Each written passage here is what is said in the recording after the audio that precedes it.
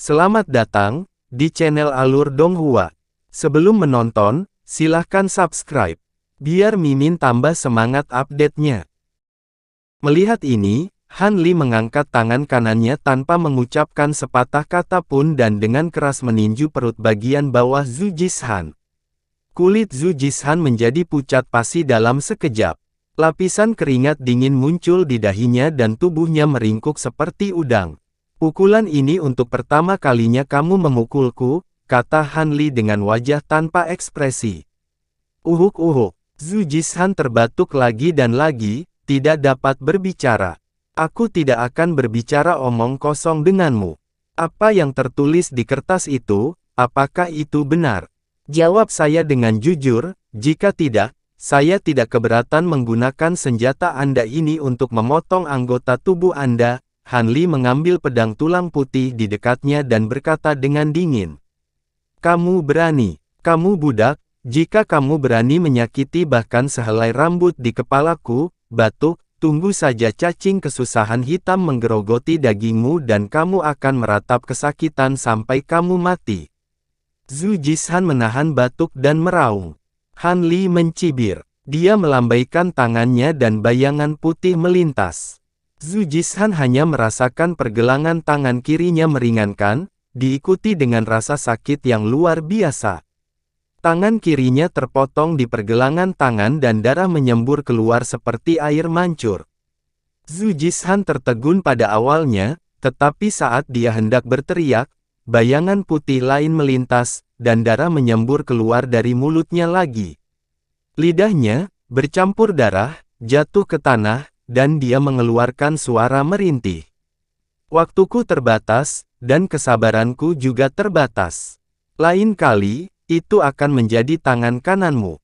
Katakan padaku, apakah semua yang tertulis di kertas itu benar? Suara Han Li sedingin es berusia 10.000 tahun.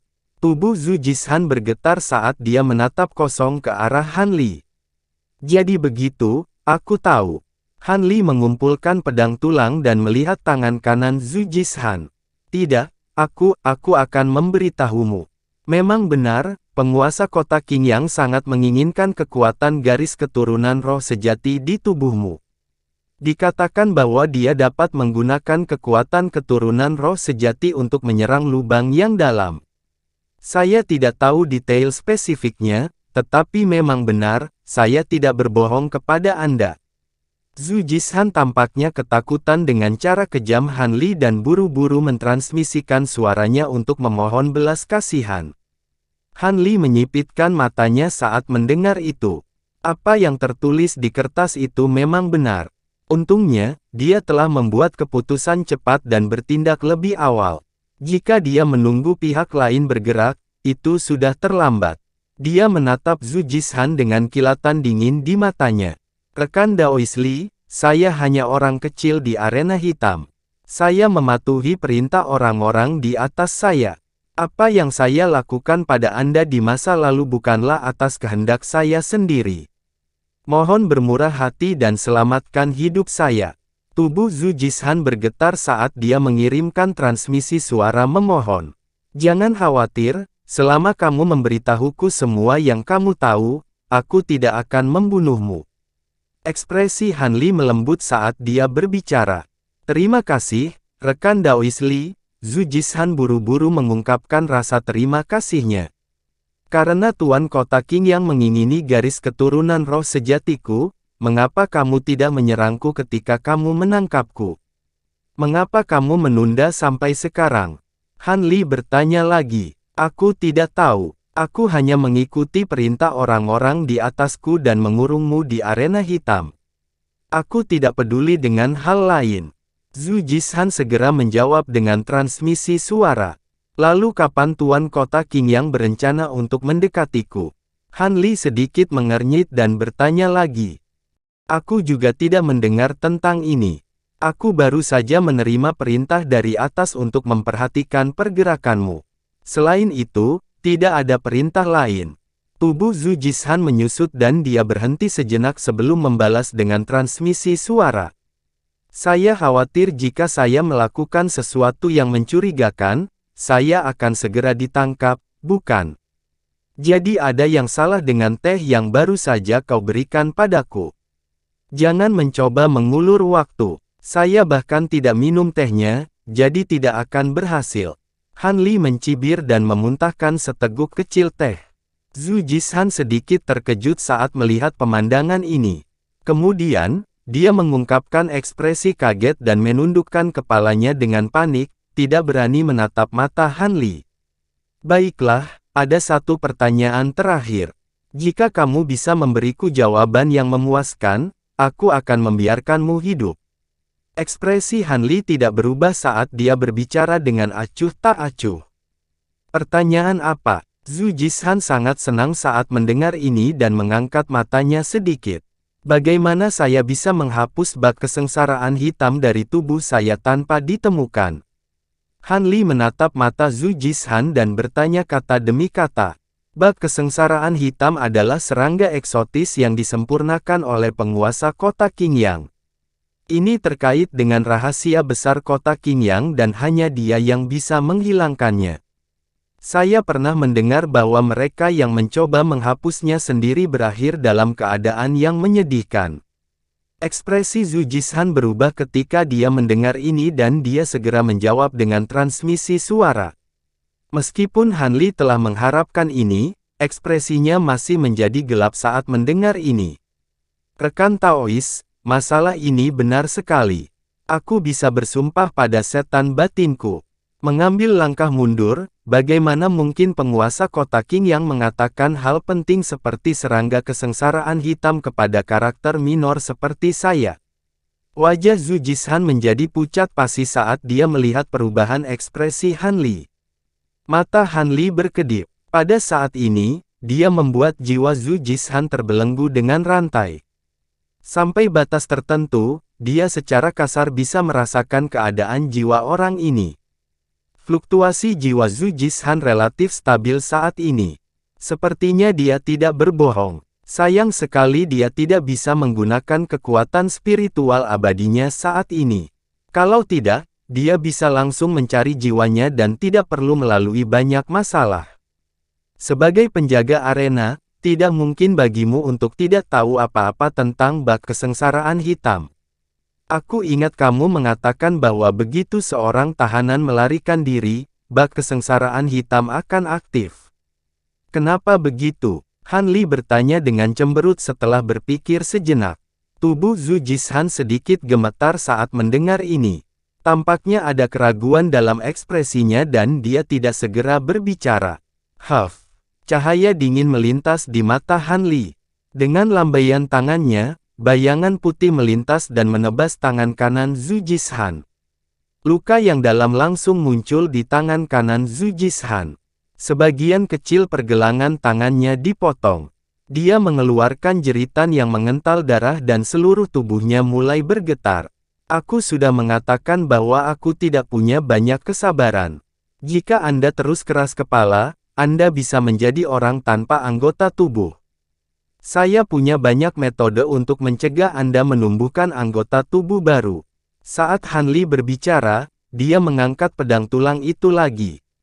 Ku bilang, jangan potong tangan kananku.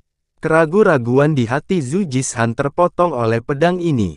Cepat dan bicara. Han Li menekan pedang tulang ke pergelangan tangan kanan Zhu Jishan. Ujung pedang yang tajam menyebabkan kulitnya bergetar. Tampaknya jika Zhu Jishan ragu sejenak, itu akan segera terputus. Ada batu bencana hitam di kediaman penguasa kota. Batu ini memancarkan riak jiwa jenis khusus yang menutupi seluruh kota Qingyang. Selama serangga berada dalam jangkauan riak jiwa ini, mereka akan tertidur lelap. Begitu mereka meninggalkan area pengaruh batu, serangga akan bangun dan menyerang. Oleh karena itu, penguasa kota tidak perlu khawatir kalian melarikan diri. Zhu Jishan tidak berani memiliki pemikiran lain dan membocorkan rahasia.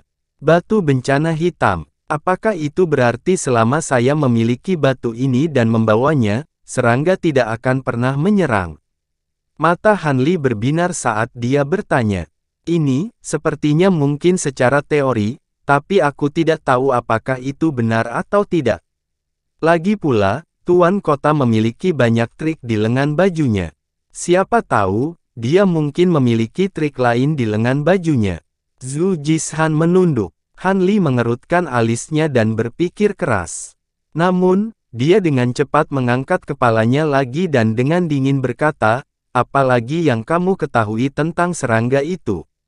Beritahu aku semuanya. Hanya itu yang saya tahu, saya benar-benar tidak tahu apa-apa lagi. Mata Zhu Jishan memerah saat dia menyampaikan suaranya dengan sedikit keluhan. Baiklah, aku akan menangkap penjaga lain dan menginterogasinya nanti. Jika apa yang kamu katakan itu benar, maka aku akan mengampuni nyawamu. Jika kamu berani berbohong, maka aku akan segera memotongmu menjadi potongan-potongan dan memberi makan kamu ke binatang buas di arena misterius. Han Li berkata dengan tegas. Zhu Jishan tercengang, tapi dia tidak menunjukkan rasa takut. Sebaliknya, dia tampak sangat lega. Han Li mengangkat alisnya pada adegan ini. Sepertinya Zhu Jishan tidak berbohong. Dia mengayunkan lengannya dan pedang tulang itu menghantam bagian belakang kepala Zhu Jishan. Dengan embusan, Zhu Jishan jatuh ke tanah dan pingsan. Han Li menggumamkan sesuatu dan membentuk segel tangan sebelum menunjuk ke alis Zhu Jishan. Sebuah cahaya kristal melintas dari alis Zhu Jishan dan teknik penyegelan seperti sangkar melintas sebelum menghilang. Setelah melakukan semua ini, Han Li menarik kembali jarinya dan ekspresinya rileks. Segel jiwa ini bisa membuat Zhu Jishan tertidur selama 3 hari 3 malam. Itu tidak akan menghentikannya untuk melarikan diri. Ini bukan karena dia berhati lembut, tetapi karena dia khawatir wali kota kota Qingyang mungkin menggunakan metode yang tidak diketahui pada orang-orang ini. Jika dia membunuh orang ini, itu malah akan menarik perhatian wali kota dan itu tidak akan sia-sia. Dia kemudian memasukkan Zhu Jishan ke bawah tempat tidur dan membersihkan noda darah di kamar. Kemudian, dia membuka pintu dan berjalan keluar dengan tenang. Setelah Han Li meninggalkan area tersebut, dia segera kembali ke Exchange Hall. Dia berdiri di luar aula dan menatap Dark Battle Arena. Di seberang arena misterius, ada lorong luas yang mengarah keluar. Itu adalah pintu masuk ke arena misterius. Selama seseorang melewati lorong itu, seseorang dapat langsung memasuki kota Qingyang. Kediaman wali kota berada di kota Qingyang. Untuk mendapatkan batu bencana hitam, seseorang harus memasuki kota Qingyang terlebih dahulu. Mata Han Li berkedip dan alisnya sedikit berkerut. Menurut aturan, gladiator hitam seperti mereka tidak diizinkan meninggalkan arena misterius. Ada banyak penjaga di pintu masuk untuk mencegah mereka melarikan diri. Tidak akan mudah untuk menerobos. Han Li merenung sejenak dan berbalik untuk berjalan kembali ke kamarnya. Dia belum menerima informasi apapun tentang Black Calamity Stone sebelumnya, jadi dia belum melakukan persiapan apapun. Sekarang dia tahu tentang Black Calamity Stone, dia harus mengubah rencana pelariannya. Han Li dengan cepat kembali ke distrik ke-9. Dia mendorong membuka pintu ke kamarnya dan segera tertegun. Dia melihat sosok tinggi berdiri di dalam. Dari fitur wajahnya, siapa lagi selain Taois Xie? Kegembiraan melintas di matanya. Saat dia hendak mengatakan sesuatu, ekspresinya tiba-tiba berubah. Tubuhnya bergetar hebat dan dia menembak ke belakang dengan kecepatan yang sangat cepat. Namun, dalam sekejap mata, ada kehampaan di atas kepalanya. Sesosok tubuh muncul tanpa suara dan lengan buram menghantam dengan kecepatan kilat, memukulnya tepat di dada. Lengan itu memancarkan cahaya putih. Kemanapun ia lewat, tanda putih tertinggal di udara, seolah hendak terkoyak. Dada Han Li terkena telapak tangan. Sebuah kekuatan besar datang runtuh. Tubuhnya terbang mundur beberapa kali lebih cepat dan menabrak pintu batu di belakangnya. Pintu batu hancur berkeping-keping, dan puing-puing beterbangan kemana-mana. Tubuh Han Li menabrak tanah, menciptakan lubang besar. Sekarang kekuatan fisiknya telah meningkat pesat, meskipun dia dipukul, dia tidak menderita luka serius. Namun, sedikit pusing muncul di benaknya, dan dia akan berbalik dan melompat. Tepat pada saat ini, dua suara siulan tajam terdengar. Dua bayangan hitam turun seperti kilat. Itu adalah dua rantai hitam yang dengan cepat melilit lengan dan kakinya. Kemudian, mengunci rapat. Kedua rantai hitam itu sangat tangguh. Tubuh Han Li tiba-tiba tidak bisa bergerak. Hatinya tenggelam. Tanpa menunggu dia berjuang lagi, sesosok muncul di depannya dalam sekejap, dan telapak tangan putih yang bersinar mencengkeram tenggorokannya. Berhenti berjuang. Kamu tidak bisa melarikan diri. Pemilik tangan itu mencibir. Itu Chen Yang. Pada saat ini, dua prajurit lapis baja berjubah hitam muncul di samping lubang, masing-masing memegang ujung rantai hitam lainnya. Wajah Han Li pucat, tapi dia tidak meronta lagi. Para pejuang Suan di distrik ke-9 terkejut. Tapi ketika mereka melihat Chen Yang dan yang lainnya, jadi tidak berani mengatakan apapun. Bagaimana kamu tahu? Han Li memandang Chen Yang dan bertanya perlahan.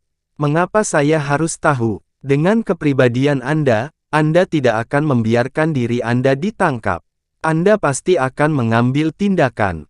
Lucu bahwa Hu Ben dan yang lainnya tidak memperhatikan apapun dan memberi saya pujian yang begitu besar. Chen Yang melirik orang-orang di dekatnya dan berkata, Han Li tidak mengatakan apa-apa. Salah satu tentara berjubah hitam mengeluarkan sepasang belenggu dan mengenakannya pada Han Li. Orang ini telah melanggar peraturan Suan Arena. Dia akan ditahan di rumah tuan kota untuk menerima hukuman. Kamu tidak perlu panik. Ini tidak ada hubungannya denganmu. Chen Yang berkata kepada orang-orang di dekatnya.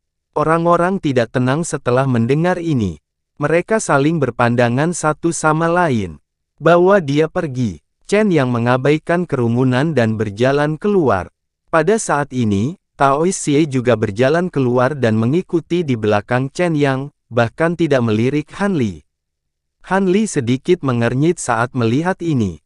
Dua prajurit lapis baja berjubah hitam mengawal Han Li dan dengan cepat meninggalkan distrik ke-9. Sosok orang-orang ini menghilang di ujung cakrawala. Distrik ke-9 gempar. Semua orang mendiskusikan sebab dan akibat dari penangkapan Han Li. Di belakang kerumunan, sesosok berdiri di sana dengan tenang. Itu Chen Lin. Matanya berkedip, dan setelah beberapa lama, dia berbalik dan berjalan ke kamarnya. Kelompok Chen Yang dengan cepat meninggalkan arena dan memasuki kota Qingyang. Rumah Kastelan terletak di titik tertinggi kota Qingyang. Chen Yang berjalan dengan Han Li dalam tahanan, menarik perhatian orang yang lewat. Han Li menundukkan kepalanya saat dia berjalan. Matanya berkedip, dan pikiran bergejolak di benaknya. Aku tahu kamu memiliki serangan spiritual, tapi ini kota Qingyang. Tidak mungkin kamu bisa melarikan diri. Jangan buang energimu. Itu hanya akan menambah rasa sakitmu. Chen Yang tampaknya telah merasakan pikiran Han Li dan mencibir. Murid Han Li berkontraksi, dan dia mendengus dengan dingin. Rombongan segera tiba di Castellan's Mansion. Rumah Castellan cukup besar, tetapi tidak memiliki banyak suasana mewah. Chen Yang tidak mengumumkan kedatangannya dan langsung masuk bersama Han Li. Chen Yang berjalan di depan sendirian. Matanya dalam, seolah sedang memikirkan sesuatu.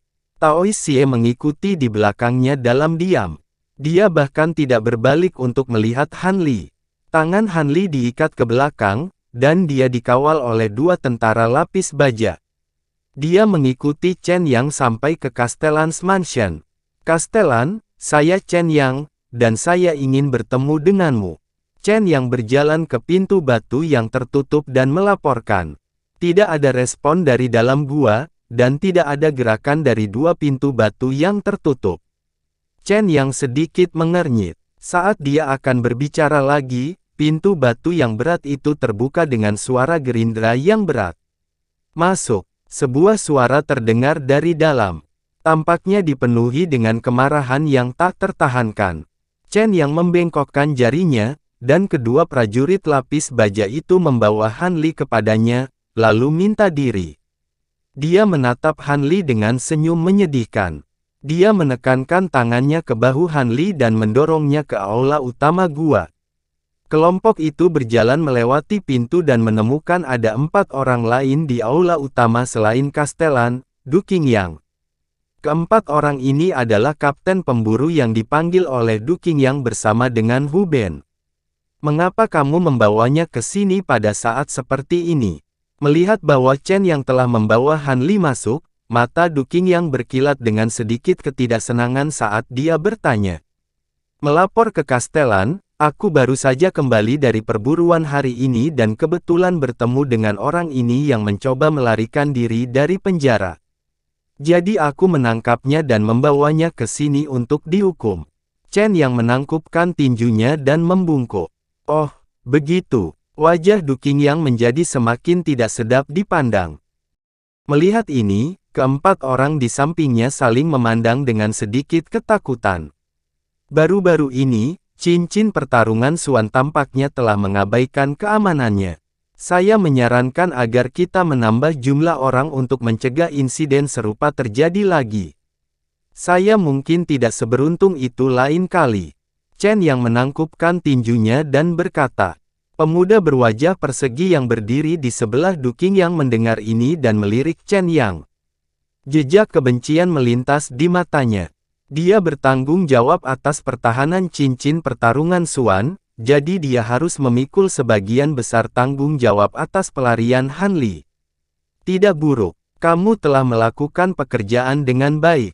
Kamu melakukannya dengan baik. Meskipun Du Qingyang tidak tersenyum, dia tetap memujinya. Mendengar ini, pemuda berwajah persegi itu diam-diam menghela nafas lega ketika dia melihat bahwa Castellan tidak berniat melanjutkan masalah tersebut. Itu tugasku. Jika tidak ada yang lain, aku akan pergi. Chen yang membungkuk dan berkata. Mata Du Qingyang tertuju pada Chen Yang. Setelah ragu-ragu sejenak, dia menghela nafas dan berkata, jangan terburu-buru untuk pergi, ada sesuatu yang ingin kubicarakan denganmu. Aku akan melakukan apa yang kamu katakan, Castellan. Chen yang segera berkata. Du Qingyang melambaikan tangannya dan memberi isyarat agar dia maju. Chen yang menyerahkan Han Li kepada Taois Xie dan dengan cepat berjalan ke depan. Pagi ini, Hu Ben ditemukan tewas di kamarnya. Du Qingyang merendahkan suaranya saat berkata. Mendengar ini, ekspresi Chen yang tiba-tiba berubah. Wajahnya penuh keterkejutan saat dia bertanya, Hu Ben sudah mati, apa yang terjadi? Saya tidak yakin. Tidak ada luka luar di tubuhnya, dan tidak ada tanda-tanda perkelahian di dalam ruangan. Namun, ada bekas darah di telinganya. Du Qingyang menggelengkan kepalanya dan berkata, ada bekas darah di telinganya. Apakah dia diracun? Seharusnya tidak demikian. Jenis racun apa yang bekerja pada tubuh Hu Ben? Chen yang bingung. Saya tidak punya petunjuk untuk saat ini. Sekarang dia sudah mati, tugas yang ditugaskan padanya akan sia-sia. Karena Anda telah menangkap buronan, Anda dapat menggantikan Hu Ben dan memimpin formasi darah Gamma. Bagaimana menurutmu? Du Qingyang berkata perlahan. Terima kasih, Castellan. Aku bersedia melayanimu. Chen yang sangat gembira dan dengan cepat menangkupkan tinjunya. Sebelum upacara, saya perlu mengasingkan diri sebentar. Anda akan bertanggung jawab untuk menyiapkan formasi darah. Adapun pembunuhan Hu Ben, saya akan mengirim orang lain untuk menyelidikinya. Anda harus memperkuat pertahanan kota Qingyang. Semuanya dalam waktu dekat akan dipusatkan pada formasi darah Kiara. Anda harus memastikan bahwa upacara berjalan dengan lancar, kata Du Qingyang saat matanya menyapu kerumunan. Iya, Chen Yang dan yang lainnya menangkupkan tinju mereka bersamaan. Setelah itu, Chen Yang dan Taois Xie mengantar Han Li pergi, untuk mengurungnya di ruang bawah tanah yang dijaga ketat. Waktu berlalu, dan lebih dari sebulan telah berlalu. Di ruang bawah tanah yang gelap tanpa sedikit pun cahaya, pintu penjara yang berat tiba-tiba terbuka perlahan, dan dua sosok masuk. Lama tidak bertemu, rekan Daois Li. Bagaimana kabarmu? Sebuah suara yang familiar terdengar. Itu Chen Yang. Mengikuti di belakangnya secara alami adalah Taois Xie. Sudah waktunya. Han Li, yang sedang duduk di sudut ruangan, perlahan mengangkat kepalanya dan meliriknya. Chen yang sedikit goyah setelah mendengar ini sebelum menjawab sambil tersenyum, bisa dibilang begitu. Han Li tidak mengatakan apa-apa. Dia berdiri dan menepuk debu dari pakaiannya sebelum keluar dari ruang bawah tanah. Beberapa prajurit lapis baja yang menjaga di luar segera datang untuk mengepung Han Li. "Minggir," perintah Chen Yang. Prajurit lapis baja segera menyingkir, dan Han Li berjalan ke lorong. Chen Yang berjalan maju bersama Han Li, sementara Taois Xie dan yang lainnya mengikuti di belakang mereka. "Rekan Taois Li, kita sudah saling kenal untuk sementara waktu sekarang. Apakah Anda memiliki keinginan yang tidak terpenuhi? Katakan padaku, dan mungkin aku akan dapat memenuhinya," goda Chen Yang sambil tersenyum. "Saya harap Anda bisa membiarkan saya pergi dan mengirim saya keluar dari kota Qingyang, apakah itu baik-baik saja?" Ekspresi Han Li tetap tidak berubah. "Tentu saja, aku tidak bisa. Namun, jika Anda bersedia mengajari saya metode kultivasi Anda, saya tidak keberatan membiarkan boneka Anda mengubur mayat Anda dalam keadaan utuh. Paling tidak, kamu tidak akan berakhir sebagai makanan untuk Scarlet Beast," jawab Chen Yang sambil tersenyum. Han Li hanya terkekeh dingin menanggapi dan tidak mengatakan apa-apa lagi. Semua orang mengikuti lorong di perut gunung dan terus turun. Segera, mereka sampai di ruang bawah tanah yang menempati area yang luas. Ruang di sini memiliki struktur kubah, dan tampaknya itu adalah gua bawah tanah yang terbentuk secara alami. Bahkan sebelum berhasil masuk ke dalam gua, sudah bisa merasakan aura panas bercampur dengan aroma amis yang melayang ke arah mereka, dan bahkan Han Li tidak bisa menahan diri untuk tidak mengernyitkan hidungnya. Han Li masuk ke dalam gua, dan dia disambut oleh pemandangan platform batu aneh yang menyerupai bintang berujung 5. Platform batu memiliki radius beberapa ratus kaki dan ditinggikan 3 kaki di atas tanah. Ada 2 lekukan yang tingginya sekitar 1 kaki di tengahnya, dan di ujung masing-masing dari 5 sudut tajam ada platform melingkar setinggi sekitar 6 kaki, dengan inti binatang seukuran kepalan tangan tertanam di masing-masing lekukan. 5 biskores bersinar dengan kilau yang dalam. Anehnya, mereka semua adalah biskor peringkat bumi dengan kualitas yang sangat baik. Pada saat ini, Du Qingyang dan 4 kapten lainnya semuanya berdiri di samping platform batu.